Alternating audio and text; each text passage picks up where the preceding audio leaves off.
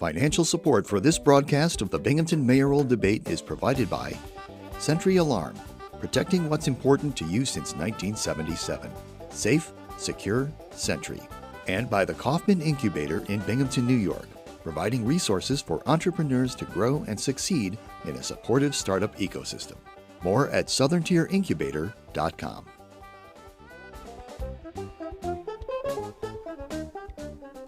Good evening. Thanks for tuning in to WSKG. This is Binghamton's Mayoral Race, a League of Women Voters debate. I'm Vaughn Golden. We come to you live from our Vestal studios with both candidates vying to be the next mayor of the city of Binghamton. They are Joseph Burns, city council member running on the Democratic line, and Jared Cram, current executive assistant to the mayor running on the Republican and conservative lines. Early voting in this race begins this weekend, and the general election is November 2nd.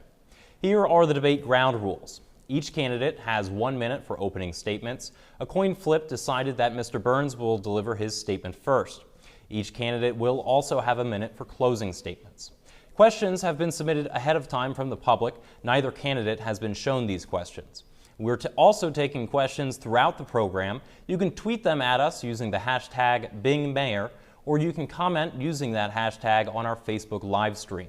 Each candidate will have 2 minutes to respond to each question, and as moderator, I may ask follow-up questions at my discretion. If the candidate exceeds the time limits, I will ring this bell like such. WSKG and the League of Women Voters are very committed to promoting civil discourse, so I remind the candidates, please behave as your mother would expect. Now, for the opening statements, Mr. Burns, you may begin. Thank you. I'd like to thank League of Women Voters and WSKG for having us this evening. I love Binghamton. My family dates back to 1888 when my great-grandparents were married at St. Pat's. And I'm proud of all the contributions that my family have given to the city, and good government is part of that DNA. As a city council member, I have had an active role in all of our departments, and I've worked on major projects like the sewage treatment plant. As your next mayor, my priorities will be public safety, infrastructure, Department of Public Works, and dealing with blight. But I have a vision that we can do more than just tear down blight. We can build affordable housing, and we can revitalize our neighborhoods, and we can create jobs by creating more small businesses. And my administration will be collaborative. Thank you, Mr. and Burns. Inclusive. Thank you. Mr. Cram, you may begin. Good evening, and thank you to WSKG and the League of Women Voters for hosting tonight's debate. My name is Jared Cram, and I'm running for mayor of the city of Binghamton to keep moving our city forward. For the last 7.5 years, I've served alongside Mayor Rich David as deputy mayor and delivered results for residents. We've cut taxes for hardworking homeowners and small businesses, rebuilt Binghamton's infrastructure. We've knocked down dangerous blighted eyesores and provided new housing opportunities in every corner of the city. We've supported our first responders, and I'm honored to have the endorsement of the Binghamton Police Union in this race, the rank and file officers. I live on the west side of Binghamton on Leroy Street with my fiance Lucy and our chocolate lab Lincoln. And if you remember one thing from the debate tonight, let it be this. There may be 2 candidates on this stage, but only one candidate with the track record, with the experience and measurable record that will lead the city of Binghamton on day one. It's not a time for on-the-job training in the mayor's office, and I look forward to a great debate tonight. Thank you, Mr. Cram. With that, we'll get going with questions. Our first question that was submitted by somebody from the community comes from Reverend Rebecca Kindig, who is the pastor for the United Presbyterian Church in downtown Binghamton. She says this: I have watched the affordable housing in the city slip away. It seems the city is more interested in approving gentrification projects that make the city look good than affordable housing measures that will actually help the residents of Binghamton that live here. And let me be clear, I am not against student housing. I would love to hear your proposals on what you will do to address the affordable housing crisis in Binghamton. We'll go first to Mr. Cram. Thank you, Vaughn, and thank you, Reverend. That's an excellent question. There is a shortage of safe, quality, affordable housing in the city of Binghamton. Many families who are living paycheck to paycheck may be able to scrape together funds to pay rent at the end of the month, but it's not affordable. One of the things that we have to do is we have to increase the number of affordable housing units in the city of Binghamton. Under our administration, we have not approved any tax incentives for student-style housing. And under a Cram administration, we would never allow student housing developments to get tax incentives. What we can do, rather, is work with our partners, Opportunities for Broome, the First Ward Action Council, Family Enrichment Network, to build on the projects we have already built as it relates to affordable housing. I tell the story about Crandall Street, which for all intents and purposes was probably the worst street in the city. Derelict housing conditions, families and children at risk. There was also drug problems on the street and crime, police calls every day. We partnered with the First Ward Action Council to deliver new, affordable, quality homes on that street, renovating almost every house on that block. If you're to drive or walk down the block today, it would be one of the nicest neighborhoods of the West Side. That's the type of change we can deliver by not just adding to the stock of affordable housing units in the city of Binghamton, but doing so in a very strategic way that can benefit where people live, not displace individuals, and deliver safe, quality, affordable housing that is desperately needed in the city of Binghamton. I believe that our administration and the city of Binghamton's track record on this issue, I'll put it up against any municipality in Broome County. We work together with our partners on homeless housing, housing for individuals who are veterans, victims of domestic violence, and the hardworking families who need a safe place to live. Thank you, Mr. Cram. Mr. Burns. Thank you. We need to make affordable housing a priority.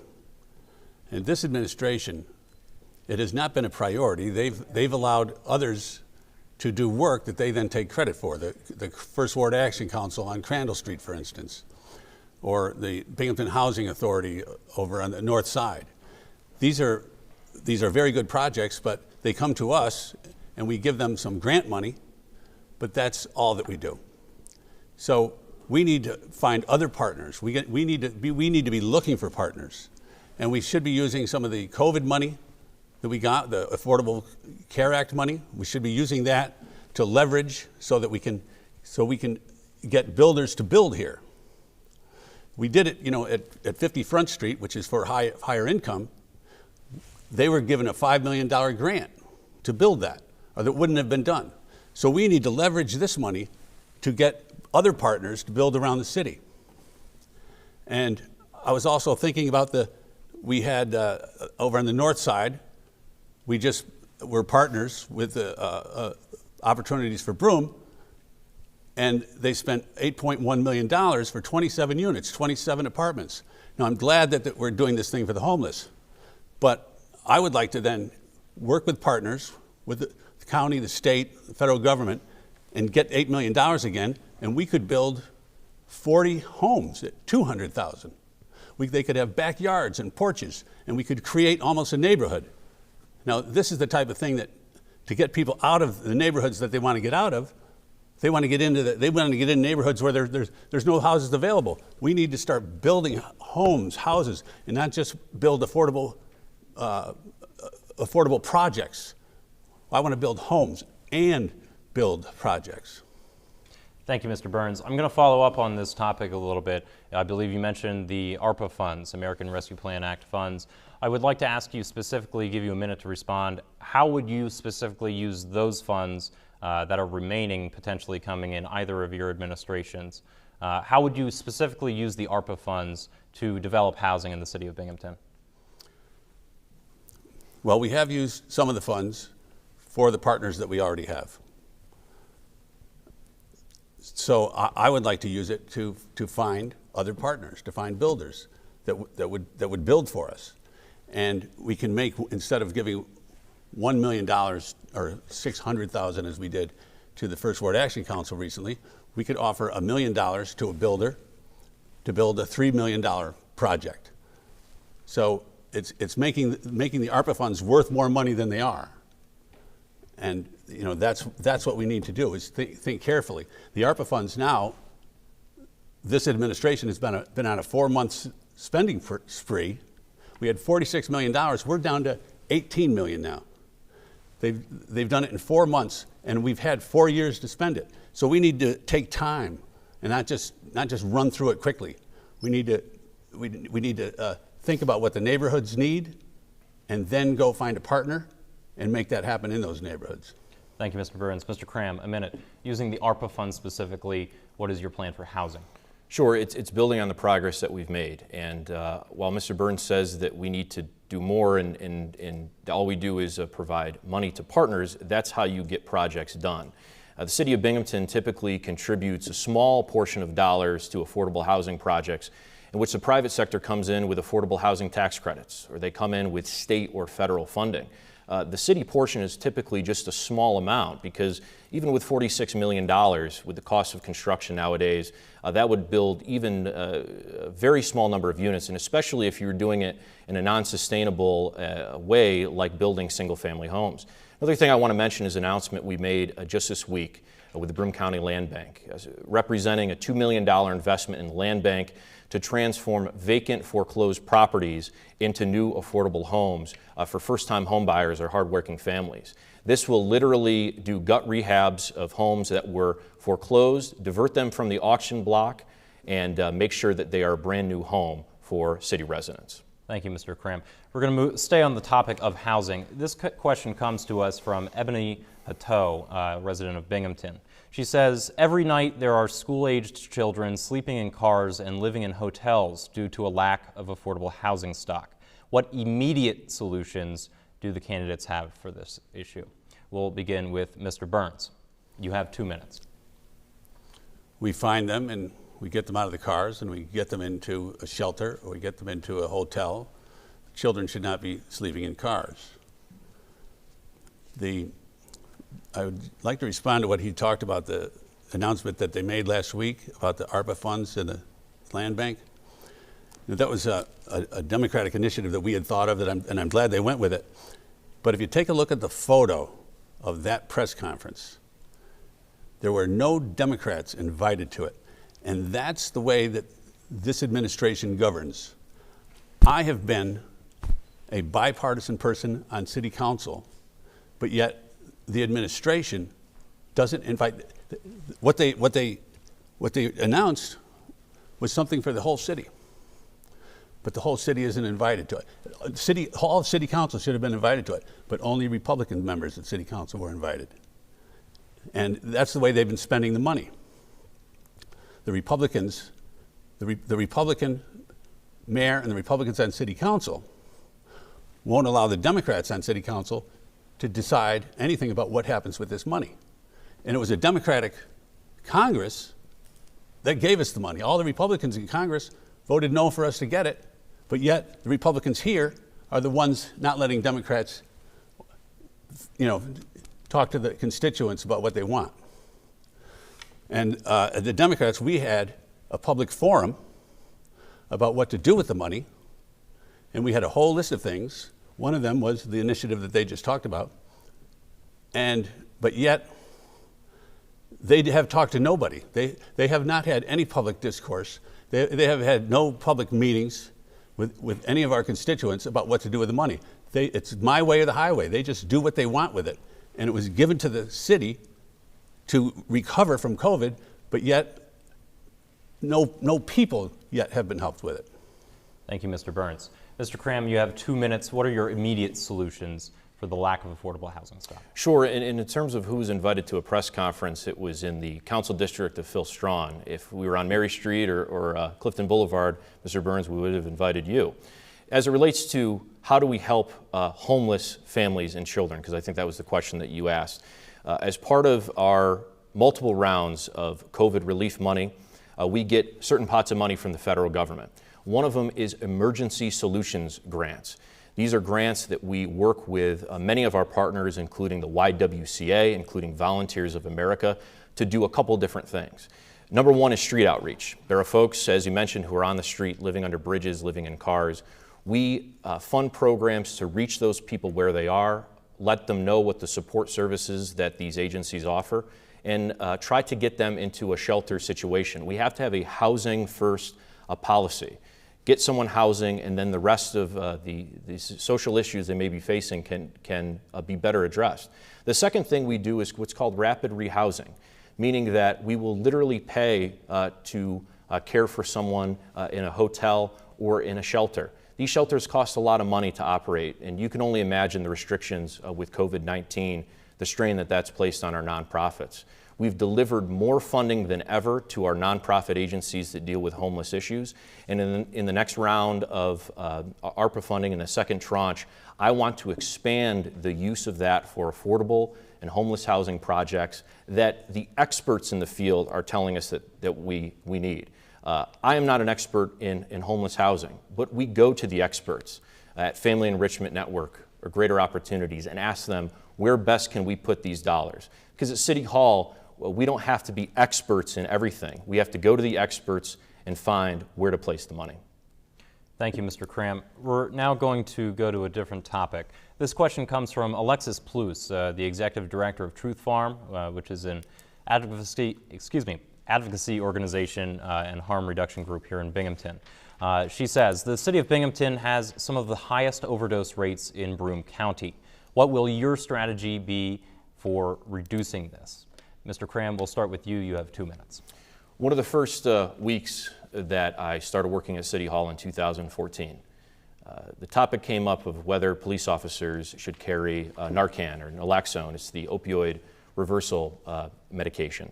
And we installed naloxone in police cars, and since that time, city police officers have saved hundreds, if not more than 1,000 lives, working in conjunction with our paramedics who also carry them. Addiction is something that impacts everyone, regardless of your political affiliation, regardless of your income, your race. And I was at an event that the Attorney General hosted just recently, bringing in more of the opioid recovery funding into the Southern Tier. And there was a really critical moment at that event where an addiction specialist from UHS talked about how it's not just destigmatizing opioid addiction, but it's how we talk about it, it's how we think about it, and how the fact that there are tools that are available to us that we can use. We have to look at harm reduction. We have to look at support for things like Suboxone clinics, Narcan, needle exchanges. These are things that have been proven to work on a medical level, but we also need to provide, again, as the topic came up with homeless housing, the experts in addiction recovery that have been on the front lines for this for many decades, long before it made the headlines, providing them with the resources like we did with the intensive care manager program, which assigned a coach to someone that was leaving a short-term detox and going into long-term treatment. We've seen great results from that program, and we also understand the great impact that addiction has on public safety. You know, these folks need assistance, they need help, and we want to provide it. And for anyone that's watching at home who has a loved one or family member who is facing addiction, you need to know that there are resources out there, and I would like to be an ally at City Hall and continue to fund programs that work. Thank you, Mr. Cram. Mr. Burns, you have 2 minutes. What will your strategy be for reducing overdose rates in the city of Binghamton? 2 minutes. Well, I personally carry Narcan in my car. I have seen firsthand what addiction can do to a family. I've seen firsthand what it can do to a person. I've been to more funerals in the last few years than I care to speak of. This administration, like Alexis calling in from Truth Farm, she provides services to addicts, and she feeds them, she finds housing for them, she leads them in the right direction, she does everything for them. But yet, when she applied for the CDBG funds at City Hall, she was refused because this administration doesn't like her politics. And her politics shouldn't have anything to do with what she does to help people. So she does more than most rehabs. People go into rehabs, they come out, they go in and out. Where Alexis gets them, and she really does help them. So I think we should be giving CDBG funds and grant money to people like Alexis so that she can continue to help people. And the police, I believe that, we now have I was on the police collaborative, and we set up an agreement with the Broome County Mental Health Association, so that now, if there's a problem that somebody needs with a mental health problem, they can go there, and the police don't have to stay all night at an addiction problem. So I'm very proud of that. But there's a lot of things that we can continue to do. But I think giving money to her would be good. Thank you, Mr. Burns. Mr. Cram, I'll give you 30 seconds of follow-up time. Sure. That partnership with the Mental Health Association with the Southern Tier actually predates the Police Collaborative, but it's a great partnership and one that I think everyone can support. Talking to folks door to door across the city, and I've talked to thousands of voters at their front doors, it's not necessarily the first issue that comes to mind, but ultimately it's sometimes the most impactful in a person's life. We're seeing a change in the types of narcotics that are being used by individuals, the types of challenges in addiction recovery. And as I said before, I think we need to ask the experts, we need to ask the individuals who've been on the front lines for this for decades, and where funding should go. Thank you, Mr. Cram. If you're just joining us, this is Binghamton's mayoral race, a League of Women Voters debate. I'm Vaughn Golden with WSKG. We're coming to you from our studios in Vestal over WSKG Radio, WSKG TV, and WSKG.org. Also, our thanks to the other partners in hosting this debate. They include the SUNY Broome Civic Engagement Center, the Binghamton University Center for Civic Engagement, and the Appalachian Alumni Chapter of Delta Theta Sorority.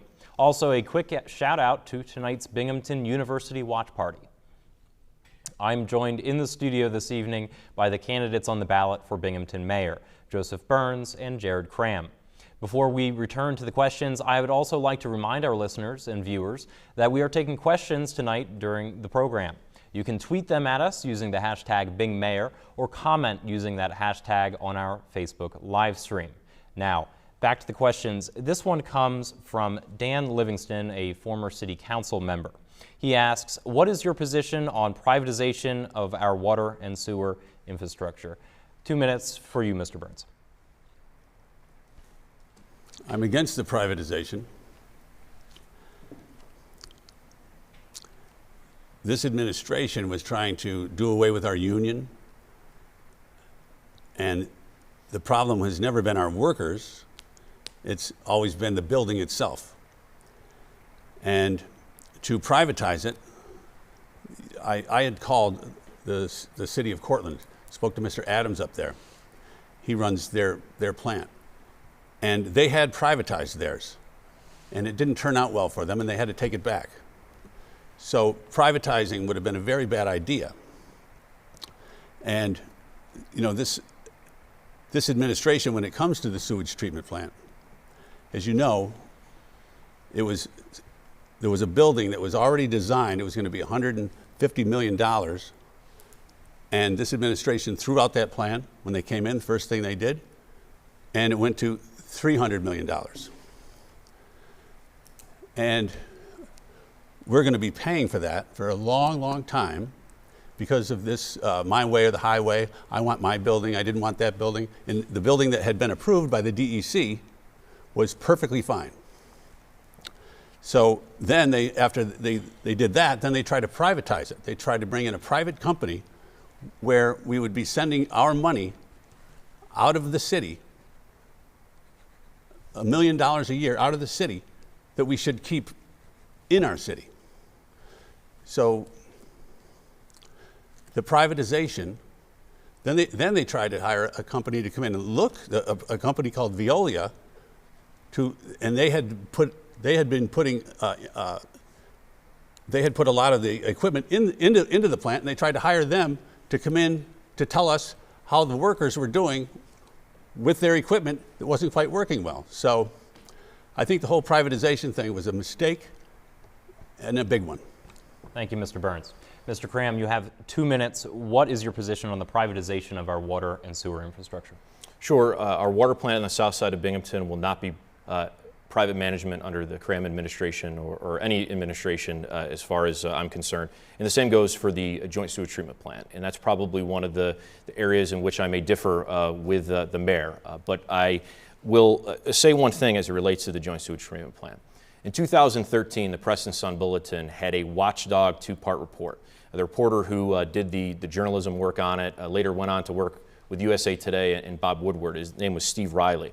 And in that 2013 watchdog report, it outlined numerous issues with the joint sewage treatment plant, issues in infrastructure, issues in the governance structure. Think about this. We have a 7-member city council, a 5-member Johnson City Village Board of Trustees, 2 mayors, 2 attorneys, a plant manager, a finance manager. Oh, and by the way, icing on the cake is a 6-member appointed board. There's no way that governance structure can work. It's not about the employees at the plant. They do a good job. The plant manager does a good job. It's about an antiquated governance structure that needs to be changed so we can always have it within private hands. Not private management, a change in the public governance structure. As it relates to the rehabilitation of the joint sewage treatment plant, the plan that was on the books under the Ryan administration would have spent all of this money, millions and millions of dollars, to build a new plant and hook it up to decades-old infrastructure with the electrical systems. The plan that we have in place has been approved by the DEC. We've fixed Broome County's largest environmental challenge, and the effluent going into the Susquehanna River is cleaner than it's ever been. We also have a clean audit report by the New York State Comptroller that the project was managed properly, that the city held accountable contractors, and that it did so in the best interest of the ratepayers. It was a difficult project. It's one that was kicked down the road under many administrations, but we finally did a permanent fix to it. We've been able to apply for grant funding and get it to help fund the project. Thank you, Mr. Cram. We're going to stay on the topic of this sewage treatment plant. Our next question actually comes from Jeffrey Platsky, a former reporter from the Press and Sun. He asks, are you sure the most recent $275 million invested in the plant is the last major project at the site for at least the near term? And how much do you anticipate sewer bills to change to pay for the project? Mr. Cram, we'll start with you. You have 2 minutes. For all intents and purposes, when you're talking about large-scale, hundreds of millions of dollars investment, yes. You know, this was a permanent fix. It took a period of time, but when you have a plant that's that technical and has that many moving parts, very expensive electrical systems, biological systems that clean our wastewater, you're always going to have ongoing maintenance costs. As it relates to sewer rates, we've seen some slight increases in sewer rates to pay for the project, but nowhere near what some had said, doubling or tripling of sewer rates. And the other thing that I'll mention as part of this is that from 2006 to 2014, City of Binghamton residents saw their sewer rates skyrocket with no capital project to pay for it. We at least have provided a permanent fix at that plant. The smell on Old Vestal Road and the Vestal Parkway is gone. And like I said, we look forward to opening the plant with the New York State Department of Environmental Conservation, the Chesapeake Bay EPA Commission, and making sure that we highlight this project. Because frankly, other communities would not have taken the road that we took, which was difficult and it required a lot of political capital. But it ensures that the next mayor, whomever that is, does not have to deal with the longstanding issues at the plant. And again, I would refer folks back to that 2013 Watchdog report. That was before Joe Burns or Jared Cram certainly ever arrived on the political scene. And it will go to show you the institutional, systemic problems with the plant that have nothing to do with the employees who work there, but simply an antiquated governance structure. Thank you, Mr. Cram. Mr. Burns, you'll have 2 minutes. Are you sure the most recent $275 million invested at the plant rebuild is the last major project at the site? And how much do you anticipate sewer bills to change to pay for the project? You can't predict the future, but I would say that it is the last large bit of money that we will have to put there.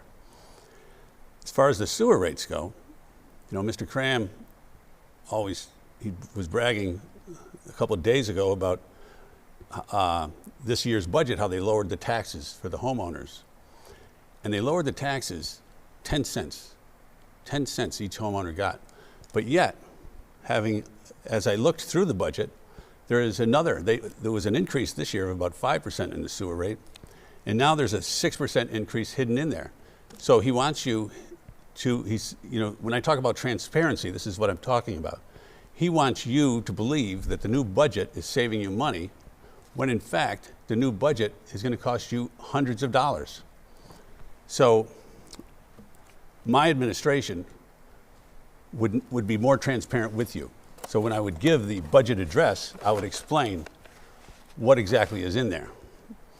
The year before, at the budget address, they said there will be no increase, but yet there was an increase. So we are going to be paying for this for a long time. The increases in the sewer rates will be going up. And he says that the building that had been designed by the previous administration wasn't good enough. His was approved by the DEC. This one was approved by the DEC. It was ready to go. It was designed correctly. It was ready to go. It would have put the same clean effluent into the river. And this administration doesn't talk to any constituents. They didn't ask anybody. They didn't say, well, we have this building that is approved by the DEC for $150 million, or we could double the price and make it $300 million. I don't see who would have voted yes on that. Thank you, Mr. Burns. Mr. Cram, I will give you a minute to follow up. I'd also like to ask you specifically, this project has not yet been completed, the restoration and rehabilitation plan. What is the timeline for that? You'll have 1 minute to follow up. Sure. They're dealing with some punch list items with the contractor. Again, roughly a $275 million project. You can imagine that the slowdown, or excuse me, the time to complete the project, it takes some time. Who approved the new plan was not just Mayor David, but at the time a Democratic majority on Binghamton City Council. Because we have to remember, for the first 2 years of our administration, Democrats controlled City Council. This was a bipartisan plan. This was also accepted by the Village of Johnson City, which has nothing to do with Binghamton politics, because they are a joint owner in the project. So this had widespread bipartisan support for this new direction. It was a change in direction from what was on the books under the Ryan administration, and we're glad we did, because had we not done this plan, we'd be spending millions and millions of dollars more on fixes in the future. Again, that electrical system just being one specific example. Mr. Burns, I'll give you a minute to follow up as well. I say that he's wrong. I mean, he's misleading us a little bit. And it's funny he mentioned a newspaper, because misleading people, he's not new to that. A while ago, he got a hold of the headlines of the Binghamton Press and Sun online and made it look, he changed the headlines to make it look good for him. So he was feeding these headlines to the city of Binghamton, and he changed things in WICZ, Channel 34, and making it look like the news was saying one thing that they weren't saying. And he didn't stop until he got caught. And he got caught. The newspaper called him out on it. And he wouldn't have stopped unless he got caught. So he's not new to misleading people. So he's a smooth talker, but I don't think you can always believe everything that he's saying, such as the commercials that are on TV now about me. Thank you. Mr. Cram, I'll give you 30 seconds to respond.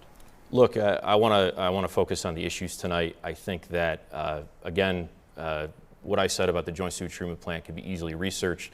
I refer folks back to Steve Riley's investigative work on the issue.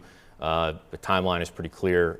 Mr. Platsky would be a great resource as well for folks who want to learn more about the joint sewage treatment plant and how it's functioned over time, and the fact that it was not one administration. It was had a problem for many, many decades, which was finally fixed as part of our project.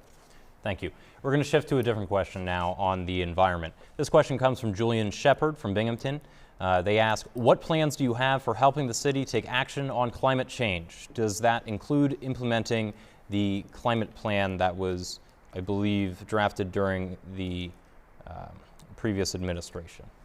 And we will give 2 minutes to Mr. Burns. Well, we should do everything we can with the climate change. We should be doing flood mitigation, more flood mitigation. We should be, my wife and I have 2 Priuses, for instance, and on one of them that just stays in town, we get over 100 miles to the gallon. We should make sure that the city's fleet is hybrid or electric as it becomes affordable to us. We should make sure that because of the rain, so much rain in this climate change, we have to make sure that our stormwater drains and our infrastructure is ready for it. So we should be looking to that. I know that there was just a big problem up at the zoo, and we had just done that road up there, and now the storm drains are backing up and going into the zoo, and it's causing sinkholes, and this is all a result of climate change. So we have to be ready for it. We have to do everything that we can. If we have to be ready for the floods, we have to be ready to help people in floods. The first thing I would do is have meetings with the county, with the state, and talk about what do we do in the next flood? Are we ready for the next flood? And I'm sure that that we don't talk to the county right now. The mayor and Jason Gardner, they don't talk to each other. So we need to make sure that we are ready for floods, and we have to do everything that we can ourselves about climate change, and that's what I'm going to do. Thank you.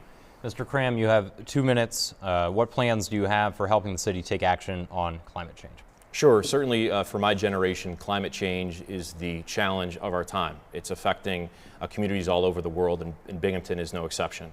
We're seeing in the summertime more serious heavy rain events that are affecting neighborhoods and families. We're seeing more difficult to predict snowfall, and what is happening in other areas of the world is certainly much more severe. My track record as it relates to climate change issues and clean energy issues, again, I'll put up against any municipality or official running for office in Broome County. Binghamton was the first southern tier city to become a clean energy community. Now Governor Kathy Hochul was in town to award us with that declaration. We purchased the first 2 fully electric vehicles in the city's fleet, Nissan Leafs, a couple years ago, which are in use for the Planning and Code Department, making a statement that we want a future of electric vehicles, but we also have to build out the electric vehicle infrastructure across the city of Binghamton. We've transitioned to 100% renewable electricity for municipal operations. We've installed a green roof on City Hall. And as mayor, I would be proud to be an advocate for clean energy, to work with our Clean Energy Incubator at Binghamton University for new entrepreneurs that want to host their companies here that are creating the new green jobs of the 21st century. And you can look at something like Sandy Beach Park, which was really the first property that's flooded in the city of Binghamton when we see heavy rain events and rivers overflow. We took something that was a liability as it relates to flooding and turned it into an asset with the city of Binghamton's first guided nature trail. It's a return to green. It's exactly the type of flood mitigation we're doing on the south side, as we did when we partnered with Vines on Tudor Street in Susquehanna to move vulnerable residents out of a flood-prone area, and now we have the Vines urban farm there. It's only the beginning for sustainability and clean energy in the city of Binghamton. Thank you, Mr. Cram. This is Binghamton's mayoral race, a League of Women Voters debate. I'm Vaughn Golden with WSKG, and we're coming to you live from our studios in Vestal over WSKG Radio, WSKG TV, and WSKG.org. I'm joined in the studio this evening by the candidates on the ballot for Binghamton Mayor, Joseph Burns and Jared Cram. If you want to hear more from the candidates, check out WSKG's coverage of the race for mayor at WSKGvotes.org. For voting resources about where and when you can vote, visit the League of Women Voters resources at vote411.org. Now, we return to the questions, and we will start with policing. This question was submitted live on Twitter this evening by Michael Burt, who asks, what will you do regarding Binghamton's police department budget? We start with Mr. Cram. You have 2 minutes. We need to fund our police, and that means positions, that means resources, it means training, and it means being creative for 21st century solutions to crime and public safety issues. I'm the only candidate that's been endorsed by the Binghamton Police Union, as I said, the rank and file officers who trust me to lead the city of Binghamton forward and problem solve the complex public safety strategies in the city of Binghamton. We need to add more patrol officers. We need to have a focus on community policing, foot and bike patrols. We need to boost our interactions with youth and the police. The School Resource Officer program is a great one that is doing great work at our schools. But we also have to invest to get dangerous guns and narcotics off our street, boosting resources for the Special Investigation Unit Task Force. These are the plainclothes officers who are doing large-scale narcotics investigations, wiretaps, that are taking down drug dealers, not just in the city of Binghamton, but all across Broome County. When I talk to residents door to door in the city of Binghamton, public safety is the #1 issue that they talk to me about. They want to feel safe. And the other thing is they have unequivocal support for our police officers. They believe that they are a force for good, and that's why this election is so important. The mayor of the city of Binghamton leads the Southern Tier's largest police and fire agencies. These are hundreds of men and women who put their lives on the line every day. Binghamton voters and certainly these public safety employees deserve a mayor who has a track record on public safety, who understands the needs that face our police officers, and will be able to deliver the funding and resources that they deserve. I'm not a police officer. I don't wear a badge. That was not my calling, and it was not my skill set. But I'm certainly in a position to provide them the resources that they need to continue to keep our community safe. And as I said, I'm the only candidate endorsed by the Binghamton Police Union in this race. Thank you. Mr. Burns, you have 2 minutes. What will you do regarding the city's police department budget? Well, my record on city council is clear that I support the Binghamton Police Department, and that, for instance, I voted to add 2 police officers last year. I have voted for everything that the chief has asked for. It's important to me that the police have all the tools that they need to keep us safe and to keep themselves safe. And Mr. Cram has a commercial on TV right now, which is a lie, saying that Joe Burns is going to defund the police. It is the furthest from the truth. As a matter of fact, in interviews all over town, I say that is absurd for them to say that about me. Now, in regards to our police, we have a crime problem in Binghamton. They get more 911 calls than they've ever had. We had an actual gun shootout in front of our school, in front of our high school, in the daytime. And so the crime has gone up the last 8 years.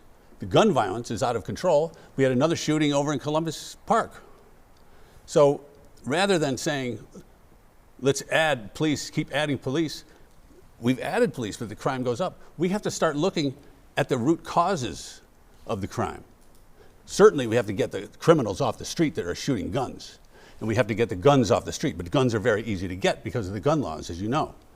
But if we can revitalize our neighborhoods and give people a good place to live, it changes their lives. It changes the children's lives. We have to start looking at poverty as a city, working with the county and the state.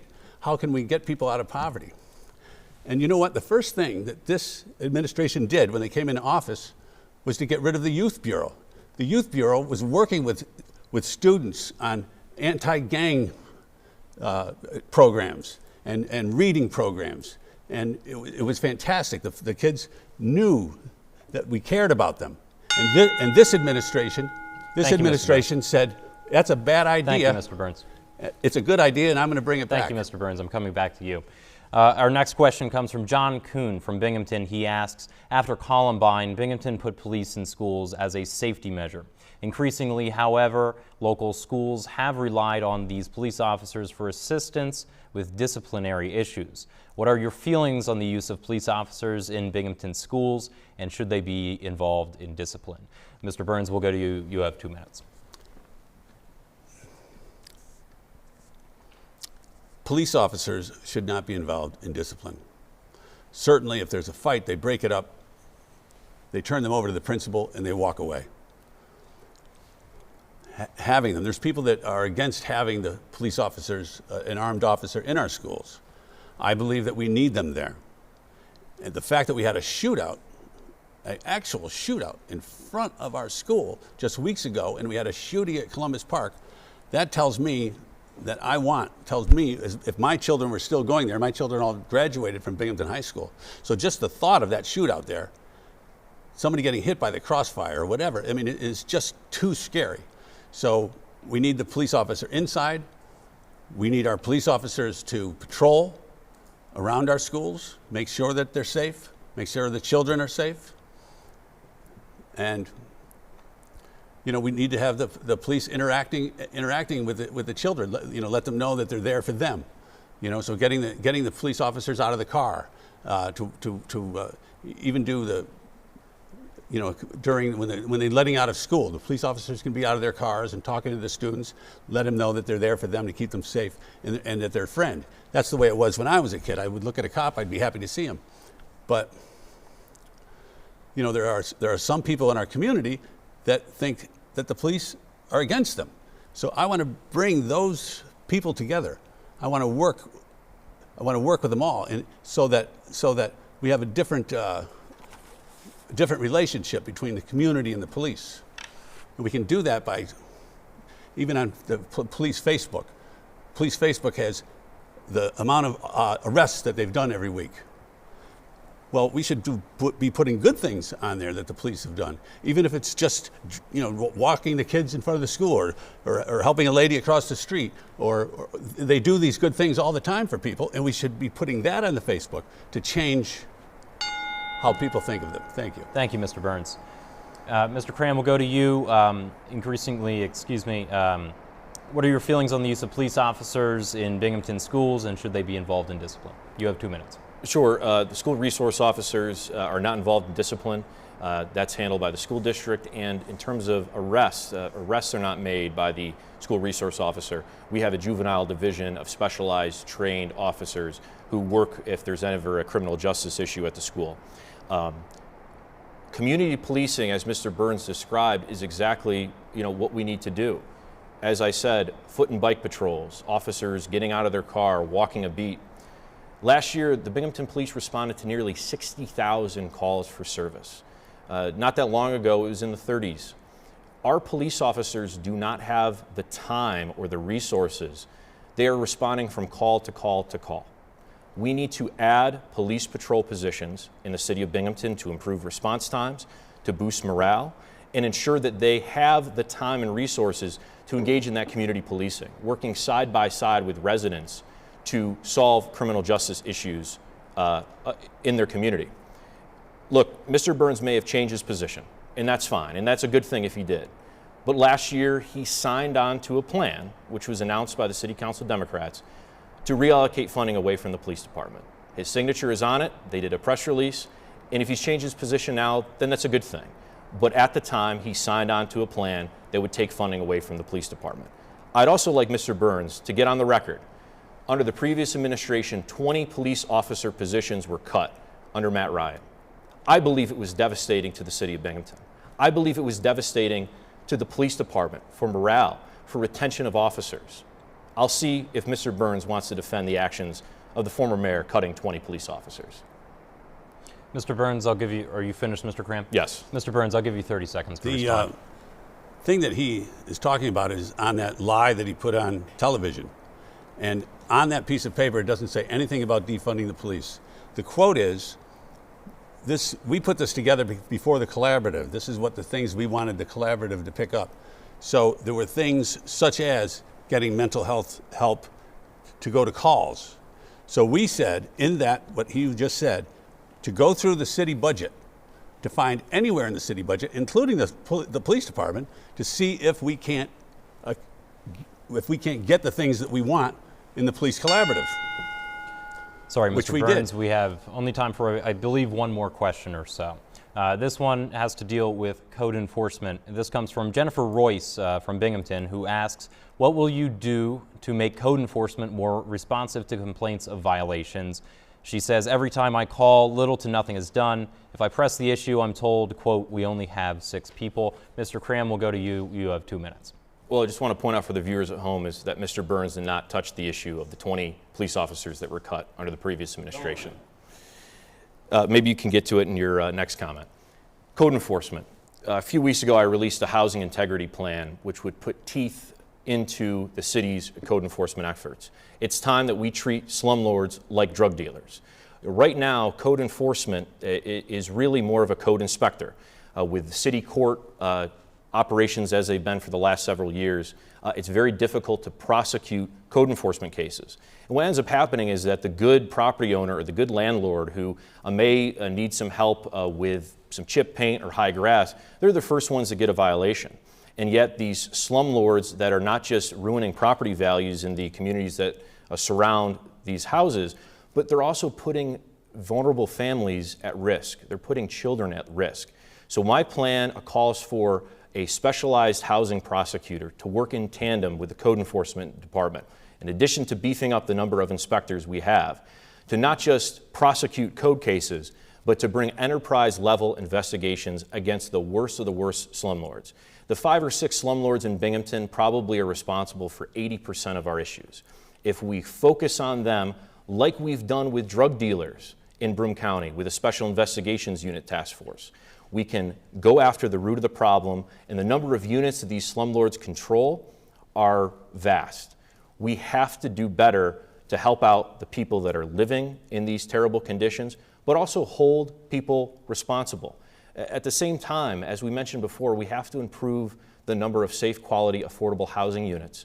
Units that are operated by the First Ward Action Council or OFB, they don't have code violations. The Housing Authority, they don't have code violations. They are run properly, they're under public control, they're run by nonprofits, and that's a good thing for the city of Binghamton. And the best part is, many of them enter into agreements to pay taxes to the city as well. Thank you, Mr. Cram. Mr. Burns, you have 2 minutes. What would you do to make code enforcement more responsive to complaints of violations? First of all, to get back to the police question, the one that he lied about on television, I do not want to cut the police department.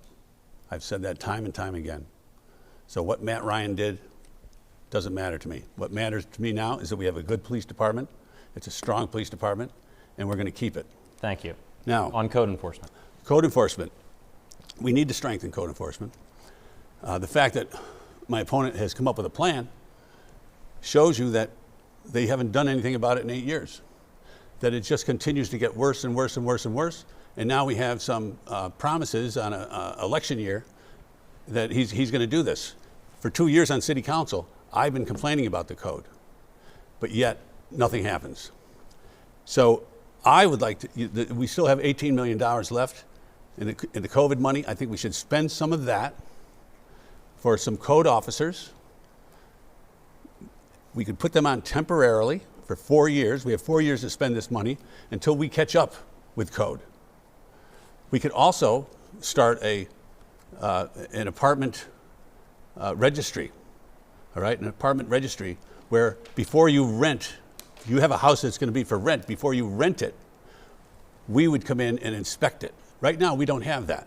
So a slumlord can just rent to a family, and you might have lead paint. So, you know, public safety is more than just police. So we need to protect these families that are going to go into these places. So if we have an apartment registry with the city, we can inspect them before the people get in there and get in trouble and get sick. So public safety is code, and I would add to it and enforce it. All right. Thank you, Mr. Burns. We have run out of time for questions, and we will now move to closing statements.